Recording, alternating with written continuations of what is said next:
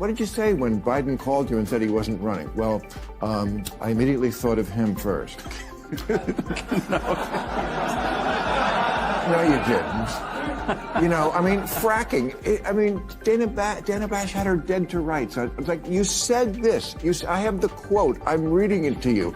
You said there should be a ban on fracking. Why can't they just go, yeah, you know what? I got it wrong. I was talking to the wrong people. You know, she's had this ridiculously high turn. Bill Maher just unloaded on CNN for what he sees as bending over backward to elevate Kamala Harris while relentlessly going after Donald Trump. And fair warning, this is not something progressives are going to enjoy hearing. The longtime host accused the network of extreme favoritism and nonstop narrative shaping to shield Democrats, arguing that this media behavior played a major role in Harris's struggles. Maher's criticism wasn't subtle. It was one of his sharpest rebukes of CNN in years. Buckle up, because this segment pulls no punches. If you haven't subscribed yet, now's the time. Let's get into it. CNN is the place where both sides can watch. And I'm talking about the people on CNN. And what I know what the conservative side of America thinks, and I don't blame them. They were just gushing about how great a speech it was. And I think she did fine. I didn't think it was as good as they were making it out. Think back for a moment.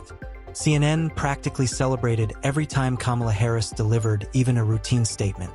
A simple, "we need to do better," was elevated into something groundbreaking. Panels dissected her words endlessly, as if she had just unveiled a historic policy breakthrough. Analysts, academics, and commentators lined up to portray her as a political mastermind with answers for everything. Reality check. That image didn't hold up. And this is where Maher did what few on the left are willing to do. He called the network out for what he saw as blatant cheerleading.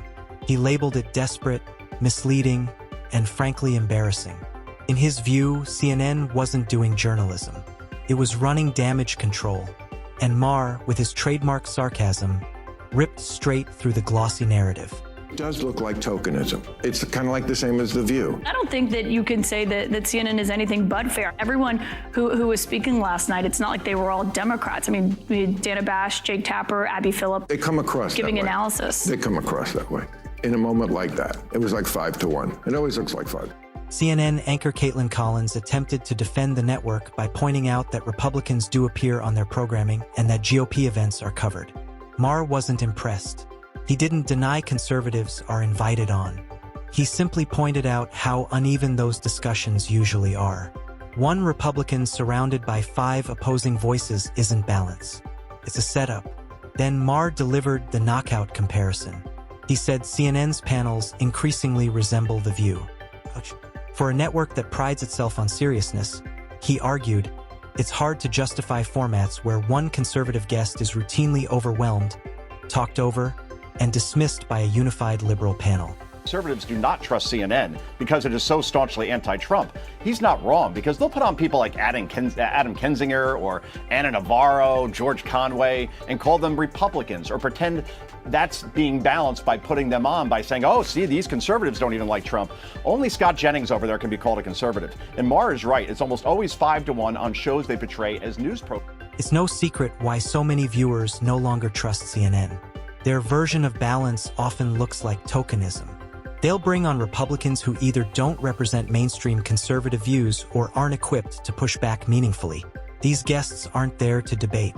They're there to be used as contrast. That kind of staged discussion drives Maher up the wall, and it turns off viewers across the political spectrum. People can tell when conversations are being engineered. That's why so many conservatives and independents simply tune out. What CNN offers isn't real debate. It's political theater. You have the time. Your answer is not, I do. If you, do you have the time? Right. Yes, it's 4 o'clock. Well, you have to understand that words don't always mean what they mean. And when Tim Walz said, like, the American people, I talk like they do. No, you don't. No, you don't. You're a huge liar, like all politicians are. I don't care, by the way. I've always said this about politics. They're all going to lie. They're politics. It's what they lie about. I don't give what you did during the Iraq War. You were in the Guard. So I don't understand why they just can't. You're just insulting my intelligence. Maher didn't stop with the media. He also went after Kamala Harris and Tim Walz for what he described as misleading claims made during friendly, low-pressure interviews.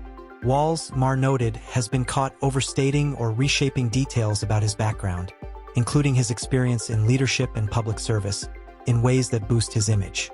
Harris, meanwhile, has her own list of questionable statements. She claimed to have visited the border when she hadn't. Her team later suggested she skipped a major podcast appearance because she wasn't invited, a claim Maher openly rejected. In his view, these weren't harmless slip-ups. They were examples of manufactured credibility, protected by a press corps unwilling to challenge them. You know, I mean, fracking. Dana Bash had her dead to rights. I was like, you said this. I have the quote. I'm reading it to you. You said there should be a ban on fracking. Why can't they just go, yeah, you know what? I got it wrong. I was talking to the wrong people. You know, she's had this ridiculously high turnover. Like 42 of 47 people as vice president are gone. Just blame it on them. You know why these assholes are gone? Gave me the wrong information on fracking. This, according to Maher, is classic Kamala Harris. Dodge the question, pivot away, and hope no one notices the gap. It's become a familiar pattern. Take fracking, for example. She reversed her previous position and denied ever holding it once it became politically inconvenient. Then came the now infamous verbal detour when she was asked what she would do differently than President Biden. Instead of offering a clear answer, she launched into a long, confusing response filled with abstract phrases and little substance. Maher highlighted the moment because, to him, it summed up the issue perfectly. A lot of words, very little clarity, and a media machine eager to translate confusion into brilliance. The problem now is that more voters are starting to see through it.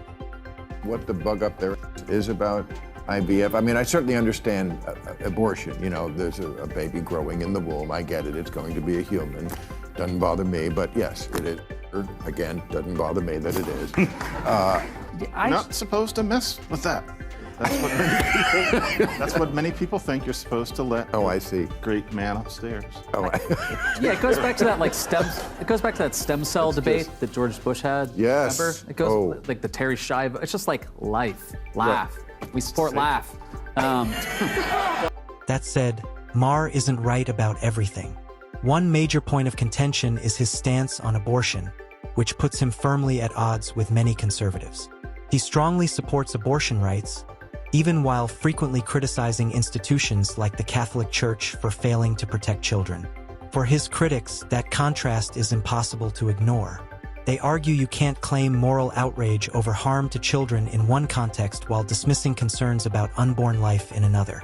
This contradiction, they say, is why Maher ultimately remains outside conservative circles.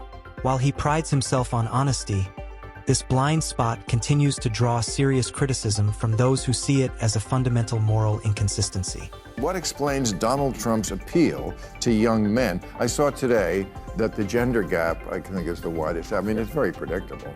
I mean, the women are much more for Kamala, and the men are much more for Trump, generally. But it's not predictable if you look at past elections where voters under 30, generally men and women, went for Democrats. This is remarkable. I think to explain it... Wait, you're talking about under 30? Yeah, the under 30 What's going gender on gap. It's very different than past elections. In 20... Bigger? Much bigger. Kamala Harris is steadily losing support among young men, a group that played a key role for Democrats in 2020. And the reason isn't hard to identify. For years, party messaging has left many young men feeling overlooked or criticized. Instead of adjusting course, Harris stuck with the same approach. When selecting a running mate, she had a chance to appeal to younger voters by choosing someone who could resonate with them. Instead, she went with a familiar, cautious option that didn't change the dynamic. Donald Trump, meanwhile, made the opposite move by selecting a younger partner, signaling that he values youthful energy and ambition. That contrast matters, and it's one reason Harris is struggling with a demographic Democrats can't afford to lose. 2020, young men and young women voted for Joe Biden at roughly the same rate. Over the last 4 years, and now with Kamala Harris, young women are voting for Kamala Harris at that same level, if not more. Kamala Harris has barely moved the needle with young men. They have gone more toward Trump. There's a lot of reasons for that. I think Trump has exploited culture war stuff. He appears on hyper masculine podcasts, and he just seems like a fun bro who's not going to ban your zins. Many on the left still don't seem to understand this shift. They dismiss conversations about masculinity as outdated or even dangerous. But what they overlook is that confidence, responsibility, and resilience are qualities many people still value deeply. Strong individuals tend to build stable families and communities. When those traits are constantly criticized, frustration grows. Elections in 2016 and 2020 reflected more than just policy disagreements. They revealed a cultural backlash. Millions rallied behind Donald Trump not only for his politics, but for his image of strength and defiance against what they saw as cultural overcorrection. That movement wasn't fleeting. The desire for confident, assertive leadership hasn't disappeared, regardless of elite opinion.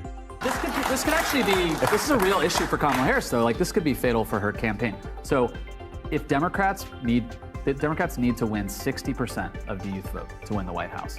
Hillary came up short, Obama did it, Biden did it. Kamala Harris is right now at like 55% of the youth vote. If she doesn't get to 60, she could lose the election, and it's because young men, Gen Z men, are breaking. If Kamala Harris doesn't confront why young men are drifting away, her political future looks increasingly uncertain. This isn't a minor setback. It's a serious warning sign. Once a reliable Democratic voting bloc, young men are now disengaged and skeptical. Many feel the party's messaging dismisses or undermines them. If Harris wants a real shot, she'll need to reassess that approach. That means moving away from narratives that frame strength and traditional masculinity as flaws rather than assets. Until then, young men are likely to see her as part of a movement that doesn't respect them. And when election day arrives, that frustration will show up at the polls. Maher's critiques simply expose the growing cracks. Without a course correction, Harris risks losing even more ground. That's it for today's breakdown. If you found this useful, hit like and subscribe for more analysis.